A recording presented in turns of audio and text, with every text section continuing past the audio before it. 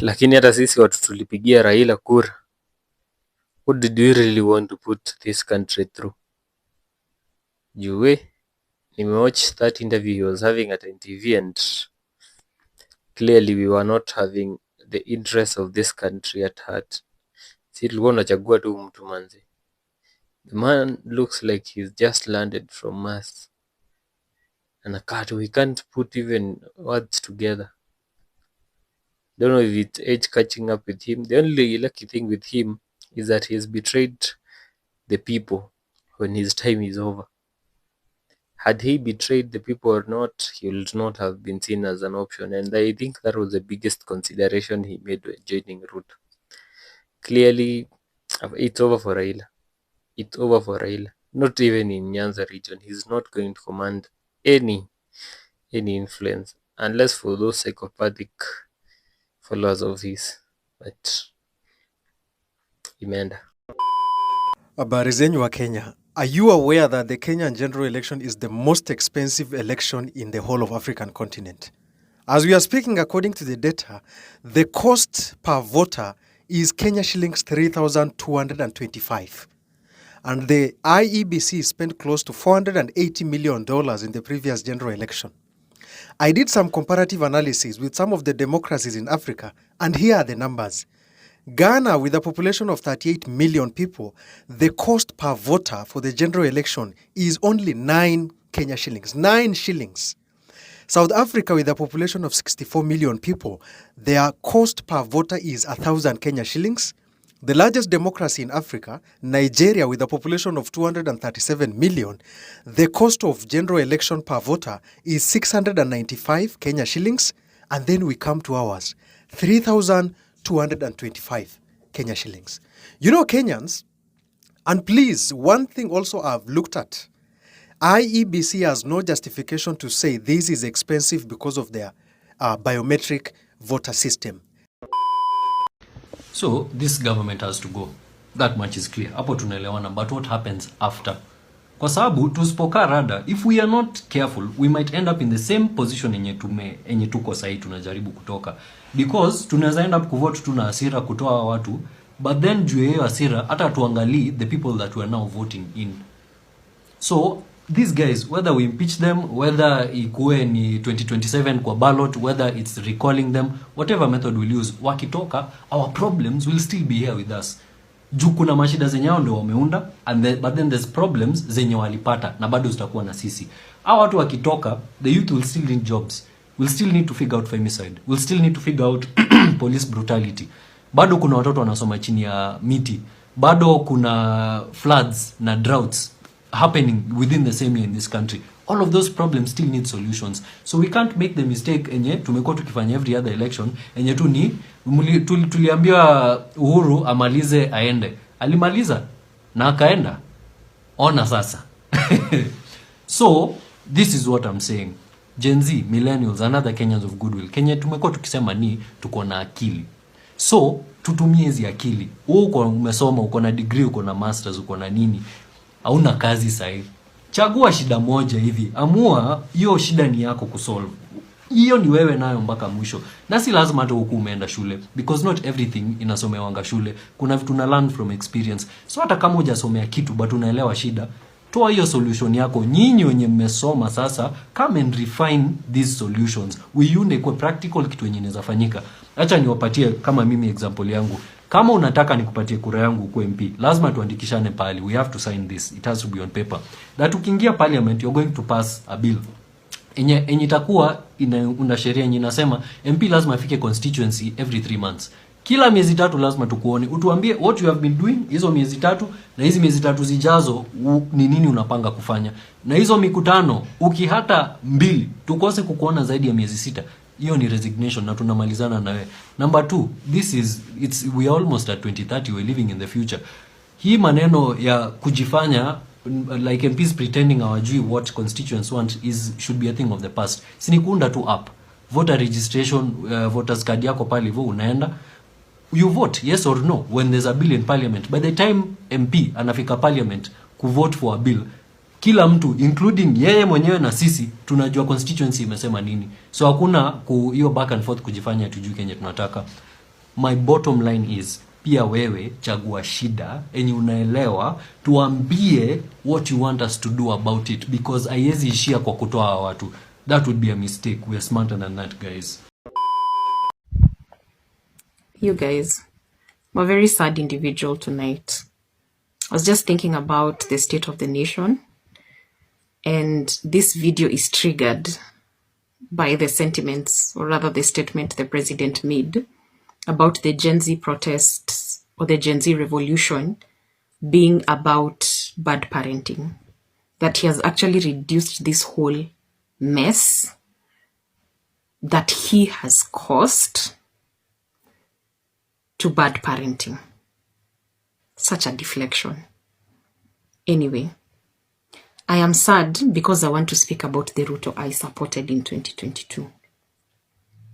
So during the campaigns, UDA would do this thing where the then candidate Ruto would meet aspirants, delegates from different counties, and mainly to sensitize on the bottom-up economic transformation agenda, or rather the vision of the agenda of UDA. And I was lucky, or rather privileged, to be there with the team from Uasin Gishu County. When I went there, I don't want to say that I was a supporter of Ruto or of UDA, or that I believed in his presidency. I just went there with an open mind because my area of interest, generally UDA, was the vehicle. But I want to tell you that I left Karen a believer. And I want to dare anyone who was there to tell us that they didn't leave Karen a believer. Because we watched this man explain in detail and with such passion and belief in what he was saying. We watched him explain the bottom-up economic transformation agenda, which is what sold me, because as at that time, I had already worked in the grassroots with communities. I had worked with women. I had worked with the youth. I had built classrooms. I had done water projects. I had worked in the grassroots, basically.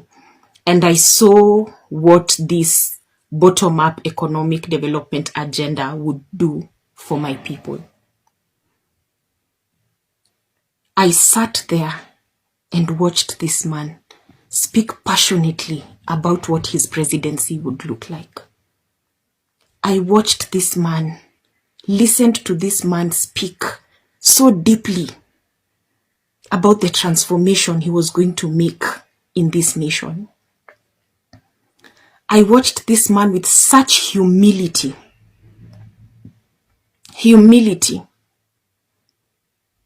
seek for votes, and the promises that he made that he would keep if he got those votes and if he became president.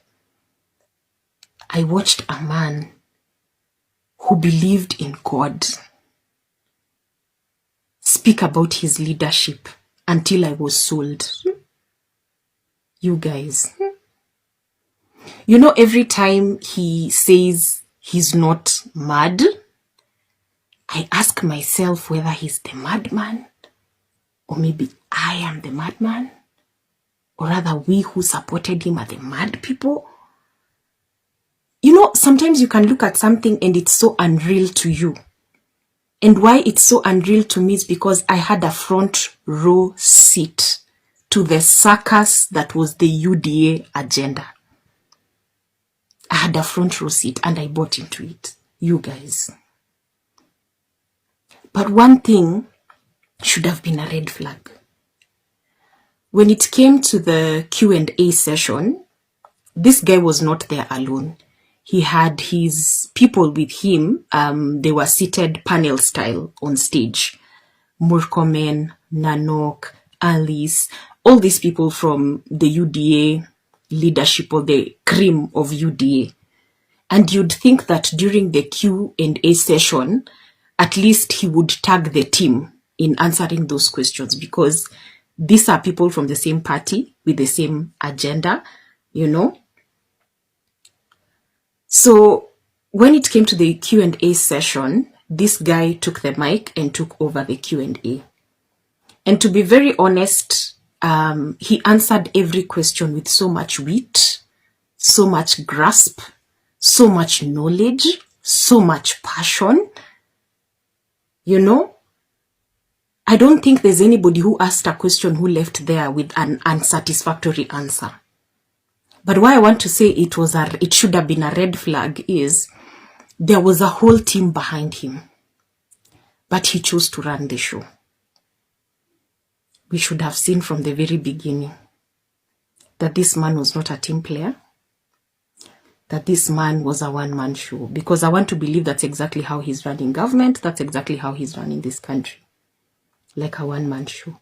Despite the fact that he has an array, a variety, a panel of advisors who are paid by taxpayers. But either he doesn't take advice, or this panel of advisors are also mental, like he says he's not. So other than being angry at all the things that this guy is doing and everything that is happening in this country, I am so hurt and so disappointed as somebody who passionately supported this agenda. I am so disappointed at my president. I say my president because I played a part in him becoming the president of this republic. So please consider this my public apology to myself and to the nation for the small part I played in making sure that this government is in government. I am in prayer. I hope you are in prayer. May the Lord help us that in the coming election, we will do better. That we will truly be able to tell sheep from wolf. That we will be able to tell even the sheep, the wolves that have worn sheep's clothes. Because what the hell? What the hell is this country? What the hell is this president? What the hell is the political class? What the hell?